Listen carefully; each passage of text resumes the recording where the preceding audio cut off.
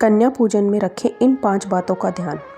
कन्याओं को भूलकर भी ना दे एक चीज़, नहीं तो व्रत पूरा नहीं माना जाता।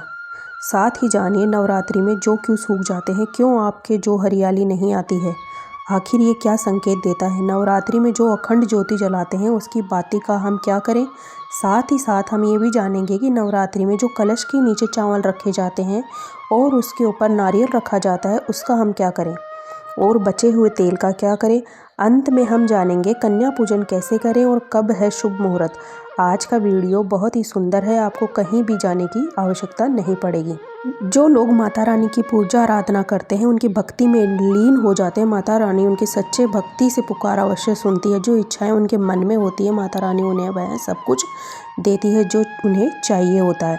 माता लक्ष्मी दोनों हाथों में धन की वर्षा करती है। माँ दुर्गा उसी पर अपनी कृपा दृष्टि बनाती है जो नवरात्रों में खास तौर पर माता की सेवा में लग जाता है। देखिए, माता की सेवा में आपको बिल्कुल भी कंजूसी नहीं करनी चाहिए, दिल खोलकर माता रानी की सेवा करनी चाहिए। जितना हो सके माँ को प्रसन्न करने में लग जाएं। साल भर के इस त्यौहार में माता धरती पर आती है, उसी कृपा दृष्टि बनाती है जो माता को सच्चे हृदय से प्रसन्न करता है, उसे रंग से राजा बनाकर ही जाती है। फिर चाहे वह भिखारी हो, माँ की नज़रों में वह सबसे बड़ा होता है जिसकी भक्ति से प्रेम, आस्था और माँ के प्रति सच्ची लगन होती है। इसीलिए माँ की भक्ति में आनाकानी ना करें दोस्तों। एक बार सच्चे हृदय से कमेंट बॉक्स में लिखें जय माता दी, और हमारे चैनल को भी सब्सक्राइब कर दें और पास वाले बेल आइकन को भी ज़रूर दबाएं। कमेंट बॉक्स में अपनी राय भी ज़रूर दें दोस्तों। तो अपने सबसे पहली बात, नवरात्रि में हम एक माटी के प्याले में जौ भरते हैं ताकि हमारे घर में सुख शांति बनी रहे और माता प्रसन्न हो जाएं। जो जब हरे भरे हो जाते हैं तब हरियाली आती है, घर में सुख समृद्धि की प्राप्ति होती है। जब जो हरे भरे होते हैं तो समस्त देवी देवता खुशियां मनाते हैं और घर की उन्नति के लिए कामनाएं करते हैं, आशीर्वाद देते हैं। हरे भरे जो साक्षात माता रानी अपने नौ स्वरूपों को साथ लेकर आती है और घर में सुख की बारिशें होती है तथा धन की वर्षा होती है। जिस घर में जौ के अंदर में हरियाली नहीं आती है तो उस घर में पहले ही पता चल जाता है कि अब आपके घर में गरीबी आने वाली है तथा परेशानियां आने वाली है, क्योंकि आपने पूजा पाठ में कोई ऐसी गलती कर दी है जिसके कारण जौ में हरियाली नहीं आ पाई है। देखिए, आपको बता देते हैं, हैरानी वाली बात यह है कि बिना पानी के मटके में जौ डालते ही उग जाते हैं, वह भी बिना देखभाल के हरियाली उसमें भी निकल जाती है। जब हम कलश स्थापना करते हैं और जो उगाते हैं तो यह बहुत ही सोचने वाली बात है आपकी देख रेख में, जबकि आपने पानी भर भर के डाला है, परिवार में अच्छे से देखा भी, फिर भी ऐसा होने के बाद जब उसमें जो ना उगे और हरियाली ना निकले तो समझ लेना चाहिए साक्षात माता रानी आपसे नाराज़ है, क्रोधित हो चुकी है। माता रानी अपनी संतान को सदैव माफ़ कर देती है। आप सच्चे हृदय से माता रानी से माफ़ी मांग ले। माता करुणामय और अपने भक्तों को, अपने बेटों को वह सदैव माफ़ करती है। जौ में कम हरियाली आना मतलब घर में धीरे धीरे खुशियों का वास कम हो जाना। ज़्यादा हरियाली आने का मतलब है धन की वर्षा होना, तेज़ी से व्यापार में दिन दुगनी रात चौगुनी बढ़ना। कई लोग जौ में डेली पानी डालते हैं जो कि गलत है। इसमें पानी नहीं डाला जाता बल्कि पानी का छींटा मारा जाता है, इसीलिए जो सड़ जाते हैं, खराब हो जाते हैं। ऐसा ना करें, इसी कारण हरियाली नहीं आती है। पानी डालने से यह खराब हो जाते हैं दोस्तों। जब आपके घर में हरे भरे जौ आ जाए तब उसमें चांदी का सिक्का या 1 रुपये का सिक्का ज़रूर डालें। सिक्का डालने से माता रानी प्रसन्न होती हैं और आपके घर में धन आगमन शुरू होता है। दोस्तों, नवरात्रि समाप्त होने के बाद हरे भरे जौ का क्या करें, आइए जान लेते हैं। पहली बात तो यह है कि इसमें जो आपने 1 रुपये का सिक्का डाला है उसे आप अपने धन रखने के स्थान पर रख लें। इसमें धन में बढ़ोतरी होती है दोस्तों। और अंत में नवरात्रि समाप्त होने के बाद में इन जौ में से जो थोड़े पत्ते माता रानी के प्रसाद के स्वरूप में पूरे परिवार को खिलाएं। इसके पत्ते खाना बहुत ही शुभ और मांगलिक माना जाता है, मंगलकारी माना जाता है। इसे जो भी खाता है वह जल्दी बीमार नहीं पड़ता। बाकी बचे जो आप गंगा में विसर्जित कर दें या नदी की धारा में छोड़ दें, इससे आपका व्रत संपूर्ण और सफल हो जाएगा। कई लोग अपने घर में अखंड ज्योत जलाते हैं और जो बाती होती है तथा तेल बाती, उसे कई लोग इधर उधर फेंक देते हैं या अपने घर में संभाल कर रख लेते हैं या फिर पानी में डाल देते हैं, जो कि गलत है। इससे आपको कोई फ़ायदा नहीं होता है। जो अखंड ज्योति होती है उसे आप मामूली ना समझें, यह बुझने के बाद भी जागृत अवस्था में होती है। इसमें साक्षात माँ दुर्गा का वास होता है। ये चैतन्य अवस्था में होती है, जागृत होती है दोस्तों। नवरात्रि समाप्त होने के बाद इसके बचे हुए तेल को आप बच्चों की मालिश करने के काम में ले सकते हैं और आप भी इसे मालिश कर सकते हैं। इससे आपकी सभी बीमारियां दूर हो जाएंगी और आपके ऊपर सकारात्मक ऊर्जा का संचार होगा। दोस्तों, नवरात्रि में जब कलश स्थापना की जाती है तो कलश के नीचे चावल ज़रूर रखे जाते हैं और कलश के ऊपर एक नारियल भी रखा जाता है। ऐसे में हम इन दोनों चीज़ों का क्या करें, आइए जानते हैं। सबसे पहली बात, कलश के ऊपर जो नारियल होता है उसे आप कन्या पूजन में तोड़कर कन्याओं को भी बांट दें और आप भी माता रानी का प्रसाद के स्वरूप में खा लें। आप चाहें तो नारियल साबुत भी गंगा में विसर्जित कर सकते हैं। और जो कलश के नीचे चावल रखे जाते हैं उन्हें आप थोड़ी हल्दी में पीला करके एक लाल कपड़े में बांधकर अपने धन रखने के स्थान पर रख लें। अपने पर्स में रख सकते हैं, इससे तिजोरी में धन बढ़ता है, माता लक्ष्मी की कृपा प्राप्त होती है। और जो बाकी चावल होते हैं आप पक्षियों को डाल दें या गंगा में विसर्जित कर दें। कलश और जो होते हैं उन्हें आप गंगा में विसर्जित कर सकते हैं। ऐसा करने से नवरात्रि का संपूर्ण फल प्राप्त होता है। व्रत रखने का फल शीघ्र ही मिलता है दोस्तों। और भूलकर भी यह गलती कभी मत करना, गंगा में कचरा और धूप बत्ती डिब्बे, माचिस के डिब्बे भूलकर भी मत डालना। सड़े फूल गंगा में नहीं डालना चाहिए, इससे उल्टा व्यक्ति नरक में चला जाता है और परिवार में गरीबी का वास होता है। गंगा मैया क्रोधित हो जाती है और आपको श्राप भी दे सकती है, इसीलिए ऐसा घोर पाप कभी मत करना। इसके पीछे एक कथा है। जब गंगा मैया भगवान शिव से शिकायत लेकर पहुंची तब भगवान शिव ने कहा कि जो मनुष्य गंगा को मैला करेगा वह कभी पवित्र नहीं कहलाएगा, वह हमेशा नरक में भटकता रहेगा, उसे मोक्ष की प्राप्ति नहीं होगी, वह नरक के भांति इसी पृथ्वी पर लोक में भ्रमण करता रहेगा। इसीलिए गंगा को मैला नहीं करना चाहिए, नहीं तो आपका समस्त पुण्य नष्ट हो जाएगा, आपका पुण्य भूत पिशाच को प्राप्त हो जाएगा। दोस्तों, अगर आपको माता रानी की चुनरी उपहार में मिली है, जैसे जागरण आदि से या किसी पंडाल से या धार्मिक यात्रा से, तो ऐसी माता रानी की चुनरी को बहुत ही शुभ माना जाता है। इससे आपका वैवाहिक जीवन सफल हो जाता है। माता रानी की चुनरी को आप संभाल कर रखें। इसे आप करवा चौथ पर, वट सावित्री व्रत आदि पर, किसी भी पर्व पर, त्यौहार में अवश्य पहनें। इससे माता रानी का आशीर्वाद आपको जरूर प्राप्त होता है। ऐसी चुनरी सदैव संभाल कर रखनी चाहिए क्योंकि माता रानी की चुनरी जागृत अवस्था में होती है। इसे मामूली ना समझें। नवरात्रों में चाहे कुछ भी कर लेना, लेकिन यह कार्य ज़रूर करना। बिना पूजा पाठ के ही सारा फल मिल जाता है। आप चाहे कुछ करें या ना करें, लेकिन नवरात्रों में यह एक काम ज़रूर कर लेना। माता रानी खुद आपके घर में चल कर आएंगी। स्कंद पुराण में भी लिखा है और देवी पुराण में भी इसका वर्णन मिलता है। माता रानी जितना पूजा पाठ से प्रसन्न होती है उतना ज़्यादा कन्याओं को भोजन कराने से हो जाती है प्रसन्न, क्योंकि कन्याओं को देवी का स्वरूप माना जाता है। और जो कन्या होती है ना, नवरात्रि के समय में यह साक्षात नवदुर्गा का स्वरूप हो जाती है। नवदुर्गा के दौरान आपको एक पुष्प का पौधा ज़रूर लगाना चाहिए।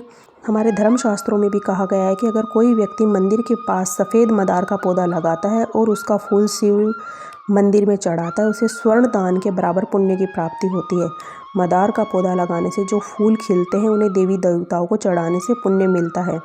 जो व्यक्ति फूल चढ़ा रहा है उसे आधा पुण्य मिलता है और आधा पुण्य पौधा लगाने वाले को मिलता है। नवरात्रि के समय अगर आप मदार का पौधा शिव मंदिर या माता रानी के मंदिर के पास लगाते हैं तो आपको अक्षय पुण्य की प्राप्ति होती है।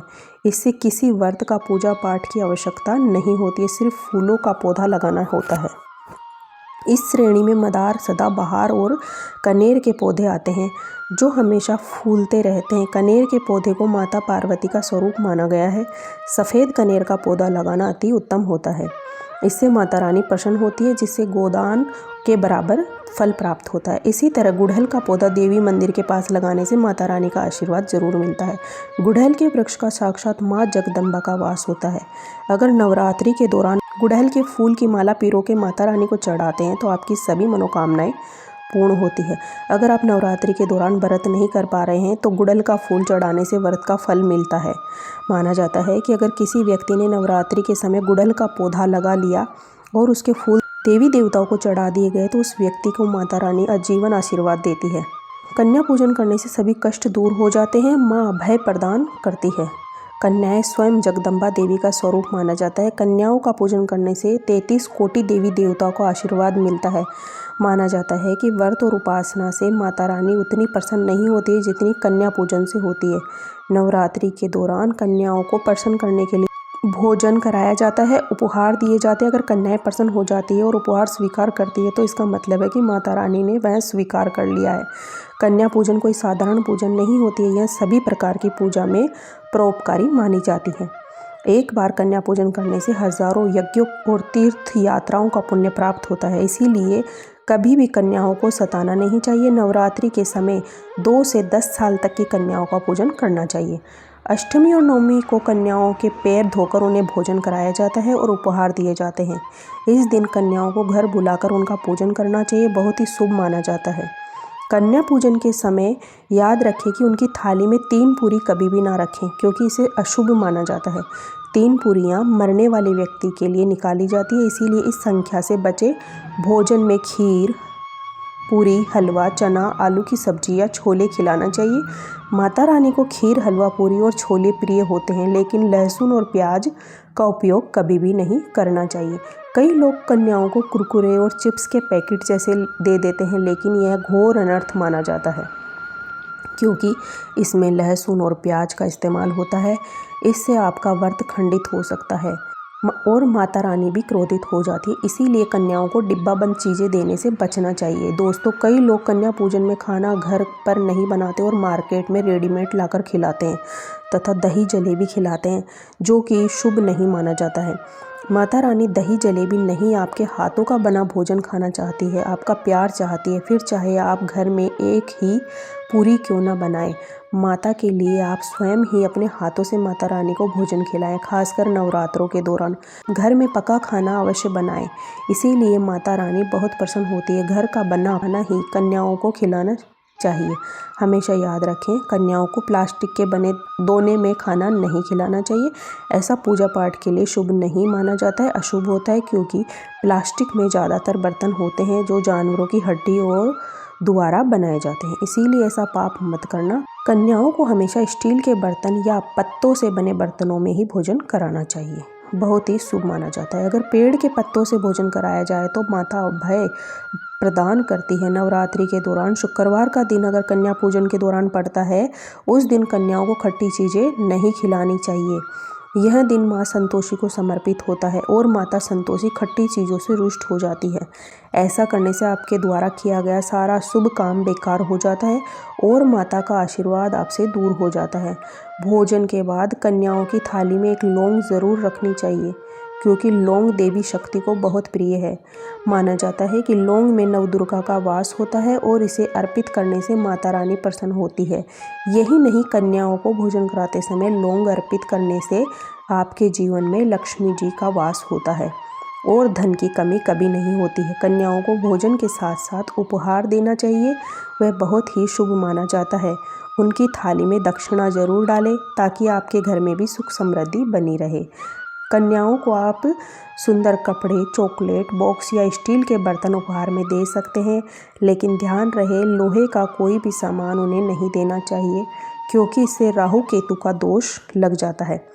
जब कन्याएं आपके घर में प्रस्थान करें तो उनके चरण जरूर छुएं और माता से अपनी मुराद मन में रखकर सच्चे दिल से प्रार्थना करें। सच्चे दिल की भक्ति से माता रानी अवश्य ही प्रसन्न होती हैं और आपकी हर मुराद पूरी करती हैं। नवरात्रि के दौरान अगर आपको विशेष संकेत मिलते हैं तो समझ जाना माता रानी आपके घर में पधार चुकी हैं। पहला संकेत है कि जब आप कलश स्थापना करते हैं और जो से हरियाली निकलती है तो यह भविष्य में अच्छे समय का संकेत होता है। यदि जो नहीं उगते तो यह अशुभ माना जाता है और आपको माता से क्षमा मांगनी चाहिए। दूसरा शुभ संकेत है कि अगर नवरात्रि के दिनों में आपकी नींद ब्रह्म मुहूर्त में यानी सुबह 4 बजे के आसपास खुलती है तो यह माता रानी की कृपा का प्रतीक होता है। इस समय उठने का मतलब है कि माता की शक्ति आपके साथ है और आपको जल्द ही कोई शुभ समाचार मिलने वाला है। तीसरा संकेत है कि अगर आपका मन पूजा पाठ में लगने लगे और पूजा करते समय मन शांत हो जाए तो यह माता की प्रसन्नता का संकेत है। इससे यह पता चलता है कि माता आपकी भक्ति से प्रसन्न है और बहुत ही जल्द आपके जीवन में अच्छे दिन आने वाले हैं। चौथा संकेत यह है कि अगर पूजा के समय माता के गले से फूल गिर जाए या जौ के पत्ते बिना हवा के हिलने लगे, यह बहुत ही शुभ संकेत होता है। माता लक्ष्मी की कृपा का प्रतीक और इसका मतलब है कि आपकी गरीबी अब खत्म होने वाली है। एक और महत्वपूर्ण संकेत है यह है कि अगर आपके सपने में शेर या देवी माता का दर्शन होता है तो इसे अत्यंत शुभ माना जाता है। यह इस बात का प्रतीत होता है कि माता आपकी मनोकामना जल्द ही पूरी करने वाली है और आपके शत्रु पराजित होंगे। आखिर और सबसे महत्वपूर्ण संकेत यह है कि अगर नवरात्रि के दौरान आपके घर में कोई कन्या लाल वस्त्र पहने हुए दिखाई दे तो यह माता दुर्गा का आशीर्वाद है। यह संकेत बताता है कि आपके घर में अब सुख समृद्धि का वास होने वाला है और आपको तरक्की के रास्ते पर बढ़ना है। तो दोस्तों, यह थे कुछ महत्वपूर्ण संकेत जो नवरात्रि के दौरान माता रानी की कृपा प्राप्त करने के प्रतीक हैं। हमें उम्मीद है आपको यह जानकारी उपयोगी लगी होगी। अगर इस वीडियो से आपको कुछ नया जानने को मिला है तो कृपया करके हमें ज़रूर बताइए। आप चाहे तो वीडियो को लाइक करके भी अपनी प्रतिक्रिया दे सकते हैं। हमारे चैनल को सब्सक्राइब करें ताकि हम आपके लिए और भी महत्वपूर्ण जानकारी ला सकें। तब तक के लिए आपका ख्याल रखें। जय माता दी, जय माँ शेरों वाली।